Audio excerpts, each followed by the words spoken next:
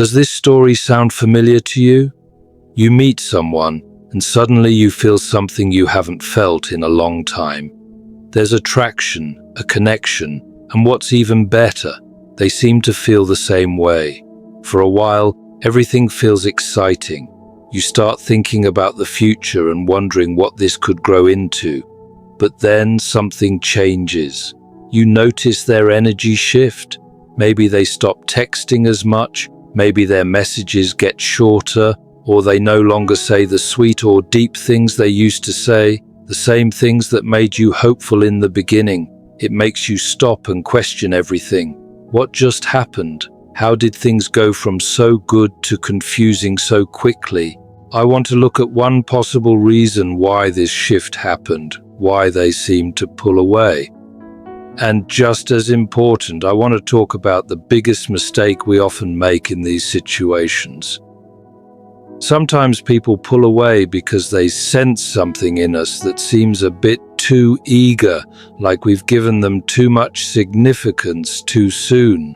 This can cause someone to feel like we've made a decision about them too fast, decided how important they are, how valuable they should be in our lives before they've truly earned it. And when that happens, something changes. We may not realize it, but to them, our value drops. They start wondering why they matter so much to someone who barely knows them. Why do they feel like such a big deal in your life when they haven't actually done anything that special yet? They haven't earned that place in your heart, and yet they've been given it anyway. And because of that, they feel less attracted. Your value in their eyes decreases. And now not only are you seeming less valuable, but you might also come across as overwhelming. That's often when they begin to pull back. And here's where we make a huge mistake. When we sense someone pulling away, we often panic. Because we've built them up so much in our mind, we go into rescue mode. We want to fix it. We want to fight for them, to keep them in our lives no matter what. But where does that instinct come from? It often comes from one of three places. First, a scarcity mindset. If you don't meet people you really like very often, then when someone does come along, it feels rare and you cling to it. Second, impatience. We don't want to wait years for love, we want it now. So when something feels promising, we try to force it to work right away.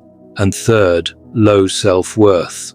When we don't fully see our own value, we end up chasing people who give us a glimpse of being wanted, even if they're not right for us. Here's something you can try right now. Pause and write down what it is about this person that draws you in. Be honest. Don't just list things that sound good. Say the real reason. Is it their looks, their charm, their confidence? Maybe you just say, I don't know, there's just something about them. That last one, just something about them, is worth looking at carefully. My friend Dr. Ramani says whenever someone tells her that, it raises red flags. She says it can be a sign of a trauma bond, meaning the connection you feel might not be about love or compatibility, but about something emotional or unresolved pulling you toward that person. We often say we're deeply into someone, but when asked why, the reasons are vague or superficial. We say it's their charm, their confidence, their sexiness, how good we feel around them. But those aren't the traits that make someone a good partner. The qualities that really count in a healthy relationship are things like kindness, empathy, consistency, honesty, communication, emotional support, reliability. Those are the things that actually create a strong, long-lasting connection. But they're rarely the things people mention when they say they're obsessed with someone. Charisma, chemistry, and good conversation are great, but by themselves, they don't make a relationship last. They're fun. But fun doesn't mean stable. Fun doesn't mean dependable. Fun doesn't mean committed. Think about it like this. Just because you enjoy hanging out with someone doesn't mean you'd want to start a business with them, right? A romantic relationship is like a two-person business. Just because someone is great company doesn't mean they'd help build a great partnership. They might be fun, but can they handle real commitment? Can they show up for the hard stuff? Can they be trusted? If someone starts pulling away from you, that's not a good sign. That's a clue that maybe they can't build something strong with you. So instead of chasing harder when they grow distant, the better response is to become less sure about them. When they stop showing up fully, you start rethinking whether they're the right person for you. You pull back your energy and refocus on yourself. You think about dating other people. You protect your time and attention. Because their uncertainty is not proof that you aren't enough. It's proof that they may not be enough for you. One of the most valuable things in a relationship is someone who is certain about you. Someone who knows they want to be with you and shows it through their actions. Should you ever fight for someone? Yes, but only when you're both on the same page and facing an obstacle together. If the only obstacle is that they're unsure about you, then you're not partners. You're just trying to convince someone to want you. That's not love. That's chasing. Think about Romeo and Juliet. They were from families that didn't want them together. That was a real barrier. But they both wanted to be together. They were both committed. That's the kind of situation where people fight for each other. But if you're playing Romeo and Juliet with someone, and the only thing standing in the way is their mixed feelings, why are you even fighting? The only person who's worth your time is someone who values what you have to offer. And the strange thing is, they won't value what you have if you act like it's cheap. If you keep offering it, no matter how they treat you, they'll start seeing it as less valuable. When someone pulls away and we respond by trying harder, it tells them, even when you don't show up for me, I'll still give you everything. That makes us seem too intense, too available, and, honestly, too desperate. And that's not attractive. We need to show people that there are consequences to treating us like an option. Maybe we were giving a lot of love, attention, and energy.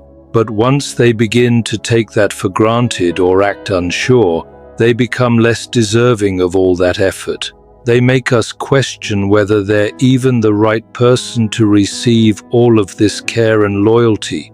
That moment, when they start to notice that you're not chasing anymore, is when your value starts to rise. Because now they're seeing, oh, there's a cost to my distance. There are real stakes if I keep being unsure. And that's powerful. What someone needs to hear from you, without you even saying it directly, is this. Yes, I'm into you. Yes, I enjoy being around you. You're attractive, you're exciting, I like your vibe. But nothing about you is more important than my own peace and happiness. I may be interested in you, but I am even more interested in the life I want for myself. When I coach people, it's not just about saying, hey, tone it down. It's about addressing the deeper reason why they're being too intense. That intensity often comes from putting too much value on someone else and not enough on yourself. And I'm not saying the other person is bad. Maybe they just never had the chance to really see your value, partly because you didn't show them how valuable you are. Whether your goal is to let go of this person or to have them finally recognize what you bring to the table, the solution is the same. You need to take powerful steps to rebuild your confidence and strength.